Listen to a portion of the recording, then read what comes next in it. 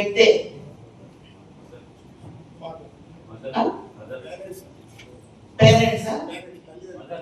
Parents mediators ఇంకా అనాది కాలం నుంచి చూస్తున్నాం. ఆయన మహానుభావుడు, పెద్ద మీడియేటర్ కృష్ణుడు.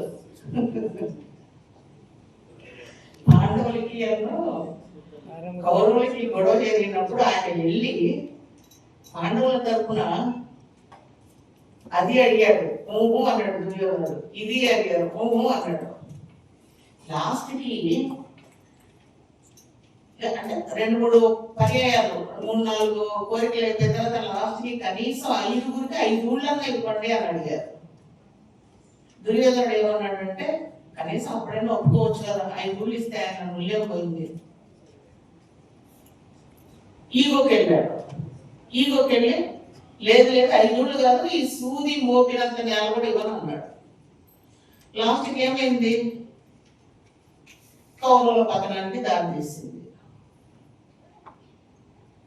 అనేది ఇద్దరి మధ్య ఉన్న మనస్పర్ధలని అర్థం చేసుకొని ఇద్దరిని ఒక దగ్గర కూర్చోబెట్టి వాళ్ళిద్దరికి వారికి తగ్గ మాటలు వారికి చెప్పి వీరికి తగ్గ మాటలు వీరికి చెప్పి సమస్యని పెద్దది కాకుండా చిన్నగా ఉన్నప్పుడే దాన్ని పరిష్కరించుకోవడానికి చాలా హెల్ప్ చేస్తారు.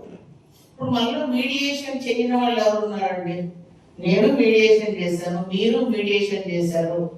పొద్దున్న లేస్తే మన అమ్మ మీడియేషన్ చేస్తుంది పిల్లల మధ్యలో. అక్క చెల్లెలు కొట్లాడితే వాళ్ళిద్దరికి సెటిల్ చేస్తుంది. ఇంట్లో ఏమన్నా గొడవలు అయితే కొడుకులకి తండ్రి సెటిల్ చేస్తాడు.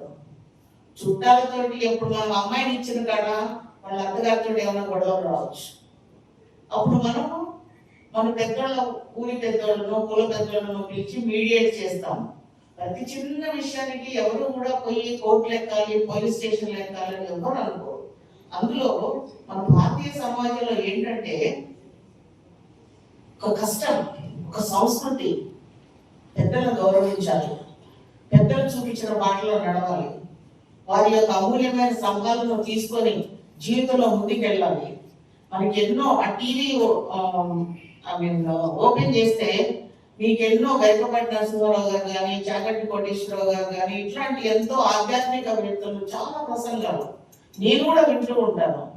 అది వింటూ ఉంటే మనసుకి ఎంత హాయి కలిగిస్తుంది అంటే ఆ టైంలో ఆ చాగంటి కోటేశ్వరరావు గారు ప్రసంగం అయిపోయి ఇట్లా టీవీ కట్టేసి మనం ఉన్న టైంలో ఎవరన్నా వచ్చి అమ్మ నీ పట్ల ఈ పాపం చేశాను, నాకు విముక్తి లేదు, నాకు శిక్ష వేయండి, నీకు శిక్ష వద్దు, వెళ్ళిపో, క్షమించేసా, ఆ మూడ్లో ఉంటాం మనం ఆ టైంలో.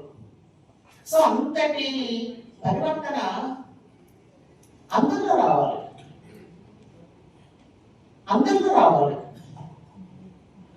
మా ఊర్లో ఒక పెద్ద ఓతుపడి ఉండేవారు. అప్పుడు ఇంత పెద్ద కోర్టులకి పోలీసులు అని అంటే పెద్ద తెలిసేది కాదు. నా చిన్నతనంలో పోలీసు అంటే ఒక నిక్కర్ వేసుకొని లాఠీ పట్టుకొని ఇట్లా కొమ్ము ఉన్న టోపీ పెట్టుకొని వచ్చేవాడు, ఏది సైకిల్ వేసుకొని. ఆయన ఊళ్ళోకి వచ్చాడంటే ఆ ఊళ్ళో 10 చుట్టుపక్కల విలేజెస్ అందరూ కూడా ఈ ఊళ్ళో ఏదో పెద్ద జరిగిపోయింది. తగాదలు అవి తీరుస్తూ ఉండేవారు. అంటే నా చిన్నతనంలో నేను చూసింది బహుశా పోలీస్ కానిస్టేబుల్ అయి ఉన్నాడు అతను. 1 సార్లు 2 సార్లు చూశాను. మా ఊర్లో